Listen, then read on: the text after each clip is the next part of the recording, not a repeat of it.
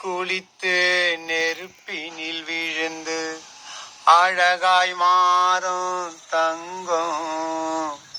ஓ மனமே, ஓ மனமே, உள்ளுக்குள்ள ஜாதி பெயர் சொல்லுவது ஏ?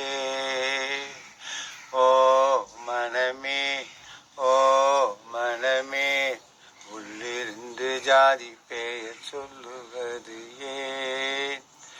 அவை இருக்காளே அவை, அவள் சொன்னாள் ஜாதி இரண்டுடைய வேறில்லை என்று. அவை சொன்னாலே அவை ஜாதி இரண்டுடைய வேறு இல்லை என்று. அவர் சொன்னது ஆதி திராவிடர், ஆதி திராவிடர், ஆரியர், ஆதி திராவிடர், ஆரியர், ஆரியர், ஆரியர் என்பது அவன் கைவர் கால்வாயில் வந்தவன். ஆரியர் என்பது கைவர் கால்வாயில் வந்தவன். அவன் வந்துதான் எல்லோருக்கும் பெயர் சூட்டினான்.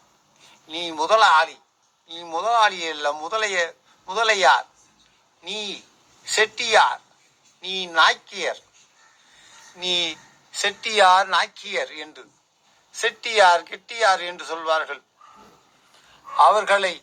அவர்களுக்கு இவன் பெயர் வைத்தான். என்ன பெயர் வைத்தான் தெரியுமா? இதுதான் பெயர் வைத்தான். இந்த பெயர் தான் வைத்தான். அதோ அவனை கூப்பிடு, அவன் யார், அவனை கூப்பிடு என்றான். அவன்தான் பிணங்கள் பின்னாடி அவன் முன்னாடி பறைசாட்டி கொண்டு போவான். பிணங்களை தடை செய்ய போகிறது, உண்ணுவதற்கு ஓடி போகிறது என்று காட்டு வழியாக சென்று கொண்டிருக்கும் போது அவன் மட்டும்தான் தைரியமோ என்னவும் தெரியவில்லை, விலங்குகளை சமாளிக்கக்கூடிய தகுதி உடையவனோ என்னவும் தெரியவில்லை. அவன் மட்டும்தான் பிணம் பின்னாடி அவன் முன்னாடி பறைசாட்டி கொண்டு போவான். அவன் சொன்னான் அவனை கூப்பிடு என்று. ஆரியர் கூப்பிடும் போது அந்த ஆதி திராவிடன் சொல்கின்றான், நீ யாரடா? நீ கைபர் கால்வாயில வந்தவன், நீ ஆங்கிலருக்கு துணை போனவன், நீ ஆங்கிலருக்கு துணை போனவன், நீ ஆங்கிலரும் உன்னிறம்தான், நீயும் அவன் இறந்தான். ஆங்கிலரும் நீ உன்னிடம்தான், அவனும் நீ உன்னிடம்தான் என்று சொன்னவன். அப்பொழுது நீ யாரடா? நீ இருந்து எனக்கு பெயர் சூட்டுவது என்று. அப்பொழுதே அவன் போய்விட்டான் தைரியத்தோடு. அதனால்தான் அவனுக்கு நிலைத்தது என்னவோ ஆதி திராவிடர் என்று. அதனால்தான் நிலைத்தது என்னவோ அவனுக்கு ஆதி திராவிடர் என்று. இதோ அப்படி என்றால் எப்படி?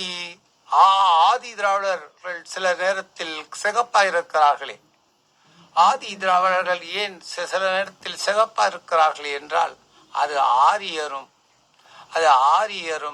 ஆதி திராவிடரும் முத்தமிட்டார்களோ சத்தம் இல்லாமல், அது கொலாப்ஸ் ஆனது. அதை கேட்காதே இன்னொரு ஜாதி உருவாக போகிறது.